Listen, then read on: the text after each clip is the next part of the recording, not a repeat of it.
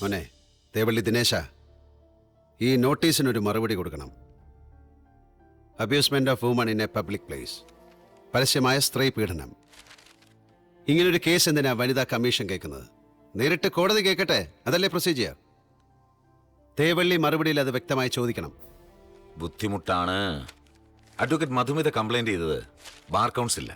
കൗൺസിലാണ് കോടതിയുടെ കേസ് വനിതാ കമ്മീഷൻ കേൾക്കട്ടെ എന്ന് റിക്വസ്റ്റ് ചെയ്തത്. ഇതിലൊരു കെണി ഉണ്ട് കല്യാണി. ഇതുപോലൊരു കേസ് വനിതാ കമ്മീഷന് മുമ്പിലെത്തിയ തനിക്ക് ഒരു പ്രതീക്ഷയും വേണ്ട. പിന്നെ ഞാനൊന്ന് നെഗോഷിയേറ്റ് ചെയ്ത് നോക്കട്ടെ അഡ്വക്കേറ്റ് മധുമിതയുമായി ഒരു ഔട്ട് ഓഫ് കോർട്ട് സെറ്റിൽമെന്റിന്. പക്ഷെ അത് പരസ്യം മാപ്പോറേണ്ടി വരും.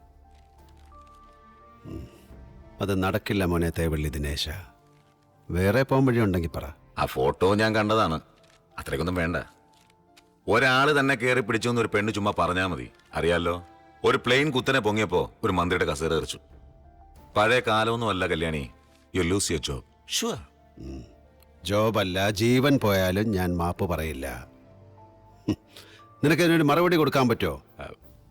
തൂക്കുന്ന ഉറപ്പായ ഒരു കേസിൽ ഞാൻ അപ്പിയർ ചെയ്യണോ? വേണ്ട. തേവള്ളി ദിനേശൻ ജയിക്കുന്ന കേസിൽ മാത്രം അപ്പിയർ ചെയ്താൽ മതി. കറുത്ത ഉടുപ്പിട്ടില്ലെന്നേ ഉള്ളൂ. 4-5 വർഷം നിയമം ഞാനും പഠിച്ചതല്ലേ. നോക്കട്ടെ. മറ്റൊരു മാർഗമില്ലെങ്കിൽ എനിക്കൊരു കടും കൈ ചെയ്യേണ്ടി വരും. നിന്നോടല്ല ഇഷ്ട.